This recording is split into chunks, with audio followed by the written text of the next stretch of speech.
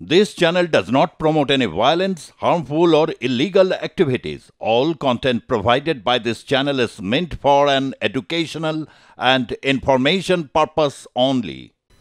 ট্যাংরায় হেলে পড়েছে বহুতল। হেলে পড়া সেই বিল্ডিংটির পাশেই রয়েছে নির্মীয়মান আর একটি বহুতল। দুটি বিল্ডিংয়ে ভেঙে ফেলার নির্দেশ দিয়েছে পুরসভা। নির্মীয়মান এই বহুতলটি ভেঙে ফেলার নির্দেশ দিলেও পুনর্বাসন বা ক্ষতিপূরণের কোনো রকম কিছু ঘোষণা করেনি পুরসভা।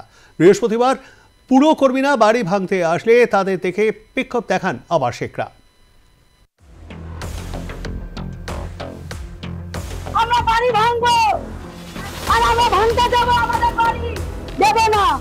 ট্যাংরার হেলে পড়া বহুতল যা ইতিমধ্যেই সংবাদ শিরোনামে উঠে এসেছে এবং সেই সবুজ বহুতল পুষ্পাঞ্জলি অ্যাপার্টমেন্টের পাশেই রয়েছে একটি নির্মীয়মান বহুতল, যে বহুতল ভেঙে ফেলার নোটিশ দেওয়া হয়েছে এবং সেই নোটিশের অনেক আগে 3 তারিখে ভেঙে ফেলার নোটিশ দেওয়া হলেও 30 তারিখে সেই ভাঙার কাজ শুরু করে দেওয়ার প্রয়াস করে কলকাতা পুরসভা। তেমনই সকাল থেকে দেখতে পাওয়া যায় পুরসভা কর্মীরা এবং স্থানীয় ট্যাংরা থানা এবং ডিভিশনাল ফোর্স কিন্তু চলে আসে, এলাকা কর্ডন করে দেওয়া হয়। যেহেতু পাশের বাড়িটি রয়েছে একটি কার্যত একটি হেলে পড়া বাড়ি, সেই জন্য স্বাভাবিকভাবেই সেই বাড়িটির যেহেতু সয়েল প্রবলেম রয়েছে, সেই জন্য এই বাড়িটিও কিন্তু রীতিমতো এই নির্মীয়মান ফ্ল্যাটটি বা এই বহুতলটিও কিন্তু ভেঙে ফেলার পরিকল্পনা করেছে এবং পাশের যে বিল্ডিংটির বাসিন্দারা রয়েছে তাদেরকে পুনর্বাসন, আর্থিক সাহায্য এগুলো কিন্তু দেওয়ার ইতিমধ্যেই পরিকল্পনা করেছে কলকাতা পুরসভা।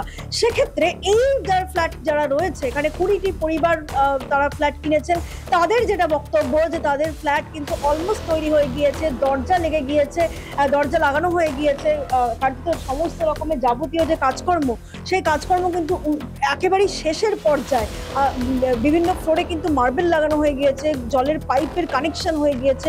সেই জায়গায় দাঁড়িয়ে কেন তাদের এই ফ্ল্যাট ভাঙা হচ্ছে, যেখানে পাশের ফ্ল্যাটের কিন্তু সমস্যা রয়েছে এবং সেখানে কিন্তু স্পষ্টত দেখা যাচ্ছে যেহেতু সয়েল প্রবলেম, যেহেতু পাশের ফ্ল্যাটটি ভেঙে পড়েছে, সেই জন্য কিন্তু ভেঙে দেওয়ার পরিকল্পনা করেছে কলকাতা পুরসভা। সেক্ষেত্রে এই ফ্ল্যাটে বা এই বহুতলে 20টি পরিবারের যে বসবাস, তাদের কিন্তু একটাই দাবি যে তাদেরকে আর্থিক সাহায্য দেওয়া হোক। যে আনলিগাল এইটার উপর নজর পড়েছে যে ভাঙবে, এইটা যদি আমরা ভাঙতে দিয়ে দিই, সুযোগটা পেয়ে যাই, এখানে যে কটা আছে সবকটাই আনলিগাল, একটা যদি ভাঙতে দিই সবকটাই তখন তার নজর পড়ে আছে হ্যাঁ এটাও ভাঙা হয়েছে। তাহলে আমরা এই বাচ্চাগুলো নিয়ে আমরা যে মানুষের যে একটু একটু পয়সা জমিয়ে তো আমরা কিনেছি, কারুর তো লাখ লাখ টাকা ঘরে নেই, কেউ কিছু বেচে কেউ কিছু সঞ্চয় করে কিনেছি, কিন্তু আমাদের যদি এইভাবে নাবিয়ে দিয়ে বলে এবার ভাঙা হবে তো আমরা যাবো কোথায়? 3 তারিখে সিদ্ধান্ত নেওয়া হবে, ঠিক আছে?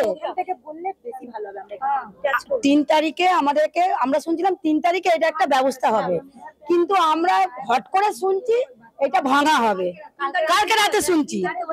আচ্ছা, যেটা 3 তারিখে হওয়ার কথা সেটা ভাই 30 তারিখে কি করে চেঞ্জ হয়ে গেল ভাই? রাতারাতি চেঞ্জ হয়ে গেছে। আমরা, ওরা টাকা দিয়েছে, আমরা টাকা দিইনি, আমরা কি এমনি এমনি ঢুকেছি ভাই ফ্ল্যাটে?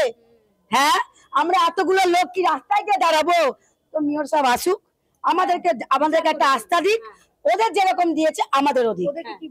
ওদের দেওয়া হবে, বানিয়ে সব বলা হয়েছে, তাহলে আমাদেরকেও বলুক। আমরাও তো ভাই লোকের বাড়ি কাজ করে, পেশেন্টের কাজ করে, কেউ বাসন মাজছে লোকের বাড়ি, তা ভাই আমাদের টাকার দাম নেই আর ওদের টাকার দাম আছে। কিন্তু এটা ভেঙে দেবে পুরোটা। কেন রে? না নোটিশ, না আমাদের সাথে এসে কোনো কথা না, আমরা জানলাম না, আমরা শুনলাম, এসে কান ধরে বার করে দিচ্ছে ভাই তোমরা বেরাও, আমরা বাড়ি ভাঙবো আর আমরা ভাঙতে যাবো, আমাদের বাড়ি দেব না। এবং কার্যত রীতিমতো বলা যেতে পারে যে অত্যন্ত দরিদ্র এলাকা, এই এলাকা এবং সেখানকার যারা বাসিন্দা তারা একটু একটু করে টাকা জমিয়ে কিন্তু এই ফ্ল্যাট তৈরি করে বুক করেছিলেন বা কিনেছিলেন। সেক্ষেত্রেও কিন্তু একটা প্রশ্ন রয়ে যাচ্ছে যে এই বাসিন্দাদের ভবিষ্যৎ কি বা এই বাসিন্দাদের আগামী দিনে কি হবে, এই ফ্ল্যাটে যারা থাকবেন এই ফ্ল্যাটের ভবিষ্যৎই বা কি, এই যাবতীয় প্রশ্নগুলো কিন্তু এখনো পর্যন্ত রয়ে যাচ্ছে এবং কলকাতা পুরসভা এই 20টি পরিবারের জন্য কি করে সেটা কিন্তু বর্তমানে এখন দেখার। ক্যামেরায় শুভঙ্করের সঙ্গে সঞ্জনা, আনপ্লাস নিউজ, কলকাতা।